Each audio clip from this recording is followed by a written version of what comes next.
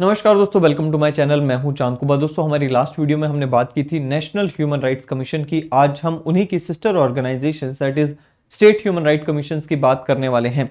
आज हम जानेंगे कि किस एक्ट के तहत इस कमीशन को या इन कमीशंस को गठित किया जाता है, इनके मेंबर्स कौन होते हैं, कौन उन्हें अपॉइंट करता है, कितने मेंबर्स होते हैं। साथ ही में जानेंगे कि इन सभी जो स्टेट ह्यूमन राइट कमीशन हैं, इनके फंक्शंस, रोल्स, रिस्पॉन्सिबिलिटीज, ड्यूटीज क्या क्या हैं। अंत में हम ह्यूमन राइट कोर्ट्स का कंसेप्ट जानेंगे और 2019 में protection of human rights act 1993 की एक अमेंडमेंट लाई गई थी। उस अमेंडमेंट में क्या अहम चेंजेस किए गए वो भी आज हम समझने की कोशिश करेंगे।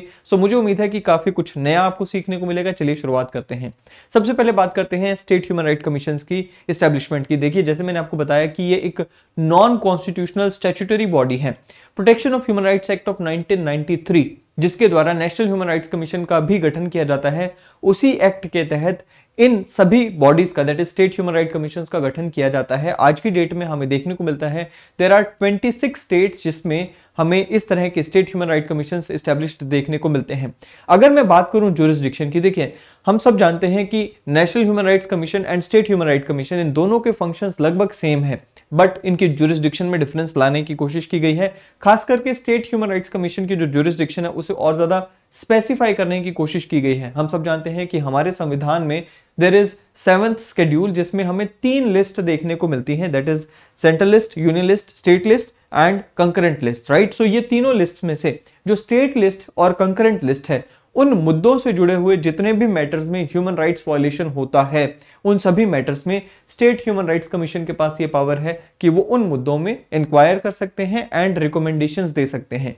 बात करते हैं further state human right commission से जुड़े हुए कुछ और इश्यूज पे। देखिए, कहते हैं कि अगर कोई ऐसा मैटर है जिसमें एनएचआरसी ऑलरेडी किसी मैटर में डील कर रहा है, तो उस मैटर में स्टेट ह्यूमन राइट्स कमीशन की पावर अपने आप हट जाती है, यानी कि स्टेट ह्यूमन राइट कमीशन उस मैटर में डील नहीं कर सकता है। इसी के साथ साथ यहां पर सेंट्रल गवर्नमेंट को यह पावर दी गई है कि सेंट्रल गवर्नमेंट अगर चाहे तो किसी एक पर्टिकुलर स्टेट के स्टेट ह्यूमन राइट्स कमीशन को किसी यूनियन टेरिटरी के मैटर्स को डील करने के लिए अलाउ कर सकता है, एडिशनल रिस्पॉन्सिबिलिटी किसी स्टेट ह्यूमन राइट कमीशन को दे सकता है। लेकिन यहां पर एक एक्सेप्शन हमें देखने को मिलती है, दैट इज दिल्ली। दिल्ली एक ऐसी यूनियन टेरिटरी है जिसके जुड़े हुए जितने भी मैटर्स हैं, ह्यूमन राइट वायलेशन से जुड़े हुए मैटर्स हैं, वो सभी मैटर्स को national human rights commission deal करता है। So Delhi is an exception to this. Now कहते हैं जी फंक्शंस रिलेटेड टू, ये मैंने आपको बता दिया। अब बात करते हैं कॉम्पोजिशन ऑफ द कमीशन की। देखिए, हमें स्टेट ह्यूमन राइट्स कमीशन में कुछ डिफरेंस देखने को मिलता है as comparison to national human rights commission. National human rights commission में हमें 5 मेंबर्स देखने को मिलते थे और एक चेयरमैन देखने को मिलते हैं।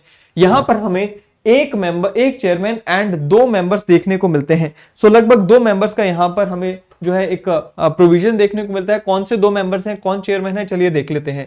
सबसे पहले चेयरमैन की अगर बात करूं, कहते हैं जी chairman should be a retired chief justice और अ जज ऑफ हाई कोर्ट। देखिए, इनिशियली सिर्फ यही कहा गया था कि सिर्फ एक chief justice of high court को ही चेयरमैन बनाया जा सकता है, लेकिन 2019 की अमेंडमेंट में यह प्रावधान लाया गया जिसके तहत यह कहा गया कि एक जज ऑफ हाई कोर्ट को भी यहां पर चेयरमैन बनाया जा सकता है। वहीं पे अगर मैं मेंबर्स की बात करूं, मेंबर्स कौन कौन हो सकता है, तो कहते हैं जी एक सर्विंग जज ऑफ हाई कोर्ट या फिर chief justice of high court member बनाए जा सकते हैं। दूसरा रिटायर्ड सर्विंग या फिर रिटायर्ड जज ऑफ हाई कोर्ट को मेंबर बनाया जा सकता है, या फिर एक डिस्ट्रिक्ट जज जो है जिन्होंने मिनिमम 7 इयर्स के लिए अपनी सेवाएं एज अ डिस्ट्रिक्ट जज दे दी हूं, उन्हें मेंबर बनाया जा सकता है। ये एक मेंबर हो गया।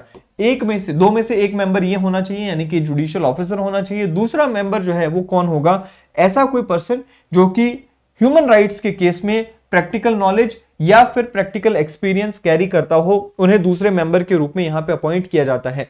अब बात उठती है कि इन मेंबर्स को अपॉइंट कौन करता है। देखिए, इन मेंबर्स को अपॉइंट किया जाता है गवर्नर ऑफ द स्टेट के द्वारा on the recommendations of a committee which consists of chief minister of the state.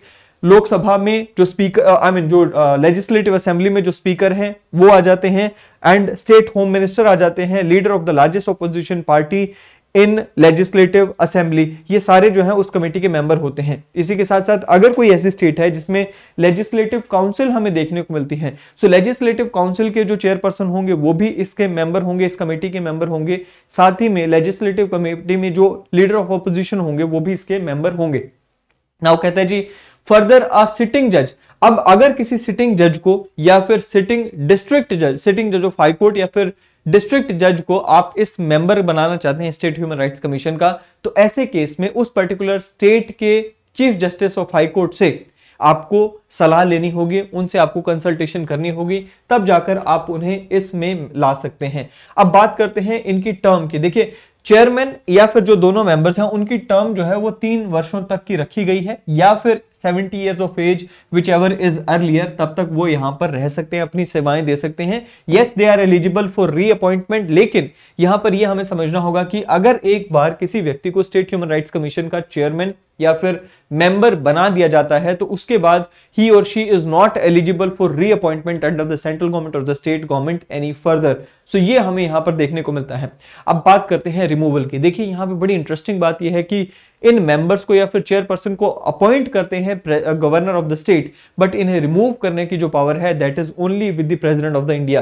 So basically यहां पर हमें देखने को मिलता है कि प्रेसिडेंट ही उन्हें रिमूव कर पाते हैं। किन ग्राउंड्स पे रिमूव कर पाते हैं, ये समझने वाली बात है। देखिए, नेशनल ह्यूमन राइट्स कमीशन के केस में हमने जो ग्राउंड्स पढ़े थे, सेम ग्राउंड्स पे इन्हें भी रिमूव किया जाता है प्रेसिडेंट के द्वारा। सो पहला कौन सा ग्राउंड है? एडजस्ड इंसॉल्वेंट, यानी कि किसी ऐसे मेंबर को आप रिमूव कर सकते हैं जो कि दिवालिया घोषित किए जा सके हों या किए जा चुके हों, या फिर कोई ऐसा मेंबर या चेयरपर्सन जो कि अपने एनएचआरसी या स्टेट ह्यूमन राइट्स कमीशन की ड्यूटी से बाहर जाकर कोई पेड एम्प्लॉयमेंट से पैसा कमाते हैं, उन्हें आप हटा सकते हैं। कहता है जी, if he or she is unfit due to the reasons of infirmity of mind or body, या फिर अनसाउंड माइंड के डिक्लेयर किए जा चुके हो कॉम्पिटेंट कोर्ट के द्वारा, या फिर किसी ऑफेंस के लिए कन्विक्टेड हो गए हो और सेंटेंस उन्हें मिल चुकी हो, इन सभी केसेस में आप उन्हें रिमूव कर सकते हैं। इसी के साथ साथ एक और ग्राउंड हमें देखने को मिलता है, that is the ground of misbehaviour.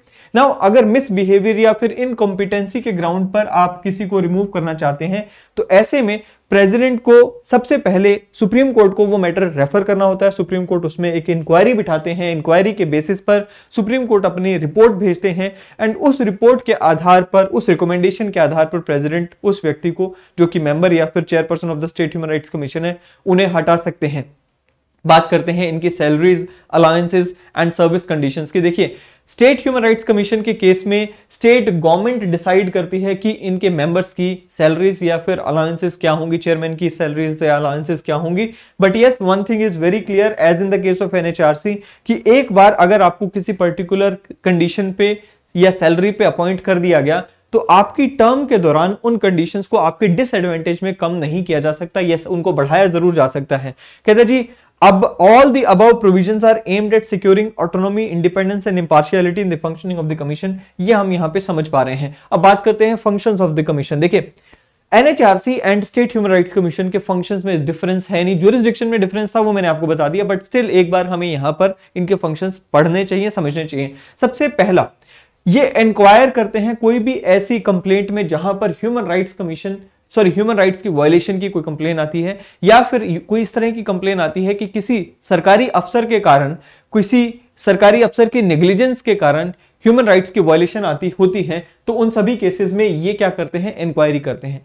इसी के साथ साथ इंटरवीन करते हैं in any proceeding involving allegations of violation of human rights pending before a court. So किसी कोर्ट के सामने भी कोई केस चल रहा है, उसमें भी अगर लेट्स से कोई कोर्ट के सामने कोई केस चल रहा है, ज्यूरिसडिक्शन में है कोर्ट की, एट द सेम टाइम उसमें ह्यूमन राइट्स की वायलेशन हुई है, तो उसमें भी ये इंटरवीन कर सकते हैं। At the same time states के प्रिजन्स को, जेल्स को, डिटेंशन सेंटर्स को ये विजिट करते हैं, वहां पे जो इनमेट्स हैं, जो जेल में रहने वाले कैदी हैं, उनकी लिविंग कंडीशंस कैसी हैं, उसके ऊपर ये अपनी रिपोर्ट्स तैयार करते हैं और स्टेट को रिकमेंडेशन देते हैं। इसी के साथ साथ ये तय करते हैं कि जो हमें कॉन्स्टिट्यूशनल या फिर लीगल सेफगार्ड्स मिले हुए हैं, क्या वो धरातल पर हमें मिल भी रहे हैं या फिर नहीं मिल रहे हैं, उसके ऊपर ये अपनी रिकमेंडेशंस देते हैं। कहते जी, to review the factors including act of terrorism that inhibit the enjoyment of human rights। so basically जैसे हमने लास्ट वीडियो में भी देखा था कि ऐसे सभी एक्ट्स जो हमारे ह्यूमन राइट्स को इनहिबिट करते हैं, एंजॉयमेंट को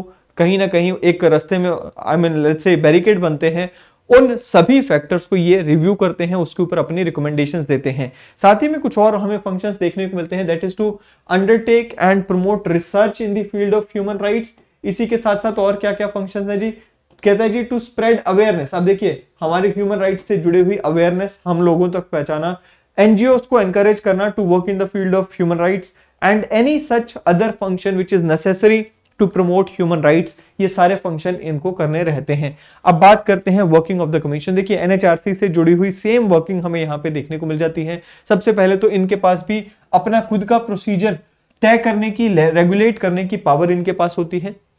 जब ये किसी पर्टिकुलर केस में इंक्वायर कर रहे होते हैं या काम कर रहे होते हैं तो एक सिविल कोर्ट की ज्यूरिसडिक्शन इनके पास आ जाती है, सिविल कोर्ट की तरह सभी पावर्स इनके पास आ जाती हैं।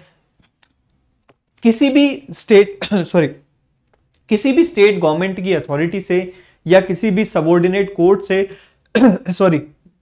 इनके पास ये पावर है कि ये वहां से इंफॉर्मेशन मंगवा सकते हैं। कहता जी commission is not empowered to inquire into any matter after the inquiry of 1 year। So again जैसे हमने एनएचआरसी के केस में देखा था, सेम हमें यहाँ पे देखने को मिलता है कि इनके पास 1 वर्ष की ही टाइम लिमिट होती है। यानी कि अगर आज कोई इंसिडेंस हो जाता है जिसमें ह्यूमन राइट वायलेशन होती है, उसके ऊपर लिमिटेशन पीरियड आ जाता है 1 वर्ष का, उसके बाद ये उस मैटर में इंक्वायर नहीं कर सकते। 1 साल से ज्यादा पुराने मैटर में इंक्वायर करने की पावर इनके पास नहीं है।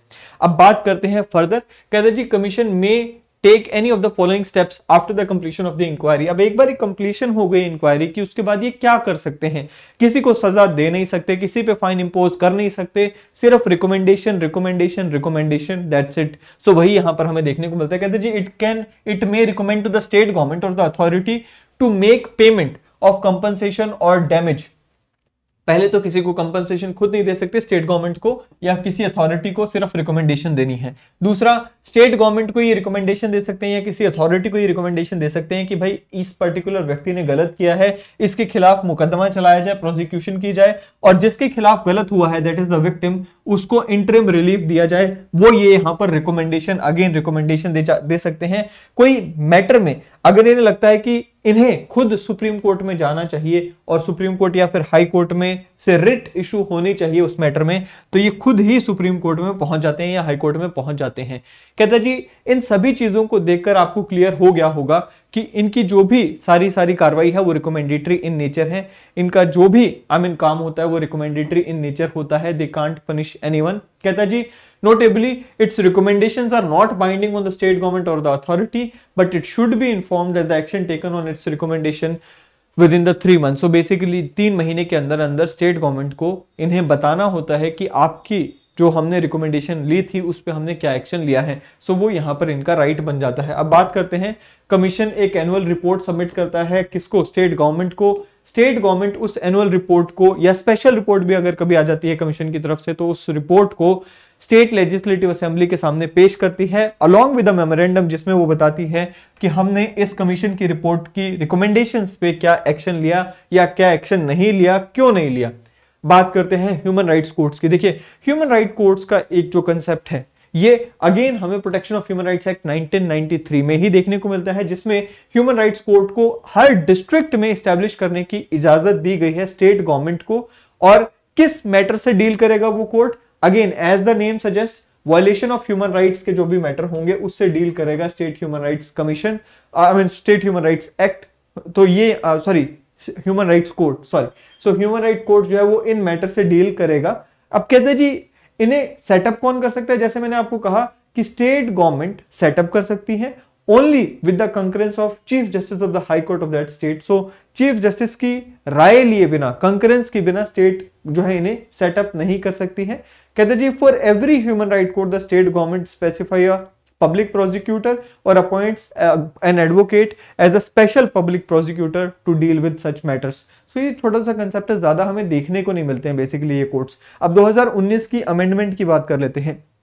देखिए 2019 में जो अमेंडमेंट लाई गई है उसमें कई सारे अहम पॉइंट्स हैं जो कि इवन आज भी आपको नेशनल ह्यूमन राइट्स कमीशन की वेबसाइट पे शायद उतने प्रोमिनेंटली देखने को ना मिले, क्योंकि कई बार होता है ना वेबसाइट्स को अपडेट नहीं किया जाता है। चलिए देख लेते हैं ये अमेंडमेंट क्या क्या लाई गई हैं। सबसे पहले कहा गया है that a person who has been a जज of supreme court is also made eligible for appointment as the chairperson of NHRC. देखिए कल की आपने मेरी वीडियो देखी होगी, उसमें हमने डिस्कशन किया था कि जो एनएचआरसी है उसमें चेयरपर्सन कौन हो सकते हैं? Retired chief justice of supreme court, retired chief justice of India. Now इसमें 2019 की अमेंडमेंट में ये कह दिया गया कि भाई सीजेआई के अलावा एक जज ऑफ सुप्रीम कोर्ट जो हैं उन्हें भी हम क्या लेकर आ सकते हैं, जो रिटायर्ड जज हैं उन्हें भी हम क्या लेकर आ सकते हैं as a let's say chairman of the NHRC. ठीक है, चलिए अब बात करते हैं। It increase the number of members of NHRC. तो एनएचआरसी में पहले 2 मेंबर्स हुआ करते थे, लेकिन हमने कल देखा कि 2 से 5 हो चुके हैं। हमारी लास्ट वीडियो हमने बात की थी कि 5 मेंबर्स होते हैं। साथ ही में there are some other commissions जो कि जिनके मेंबर्स को या जिनके चेयरपर्सन को ex officio member of NHRC बना दिया गया। तो उसमें national commission for backward classes है, national commission for protection of child rights है, in as well as the chief commissioner of persons with disabilities हैं। इन तीनों को additionally ex officio chairperson additionally ex officio members of NHRC बना दिया गया। अब बात करते हैं कुछ और चेंजेस की जो कि इस 2019 के अमेंडमेंट के द्वारा लाए गए हैं। सो इसमें कहते हैं जी, it reduce the term of chairperson और members of NHRC to 3 years. So basically 3 years की जो टर्म है ये 2019 में घटाई गई है। साथ ही में रीअपॉइंटमेंट के लिए एलिजिबल भी इसी अमेंडमेंट के द्वारा बनाया गया है। It provided that a person who has been a जज of high court made eligible for appointment as chairperson of state human rights commission. So आज हमने देखा कि जो स्टेट ह्यूमन राइट्स कमीशन है इनके जो चेयरपर्सन है वो कौन हो सकते हैं। सो रिटायर्ड जो chief justice of high court है, राइट। अब दूसरा क्या है, कहता है जी रिटायर्ड जज ऑफ हाई कोर्ट। सो ये भी जो है हो सकते हैं कौन, चेयरपर्सन। कहता है जी, it provided that the central government may confer upon the state human rights commission additional functions with regard to discharge of any union territory. So ये जो है ये यहां पर इसी एक्ट में प्रोवाइड किया गया है। जो एक्सेप्शन दी गई है दिल्ली यूनियन टेरिटरी को, वो भी इसी एक्ट में दी गई है। इट प्रोवाइडेड कि जो secretary general of the national human rights commission है उनके पास एडमिनिस्ट्रेटिव एंड फाइनेंशियल मैटर से जुड़ी हुई सारी पावर्स होंगी, subject to the control of chairperson. And जो secretary state human rights commission है, सिमिलरली उनके पास भी एडमिनिस्ट्रेटिव एंड फाइनेंशियल पावर्स सारी होंगी स्टेट ह्यूमन राइट्स कमीशन के कंसर्न में, subject to the control of chairperson. So ये कुछ अमेंडमेंट, अहम अमेंडमेंट्स 2019 में हमें इस एक्ट में देखने को मिलती हैं। सो ये था जी हमारा state human rights commission. Video पसंद आई हो तो इसे लाइक करना ना भूलें, शेयर करना ना भूलें, चैनल को सब्सक्राइब करना ना भूलें। अगले सेशन में फिर मिलेंगे। Till then thank you, have a great day ahead.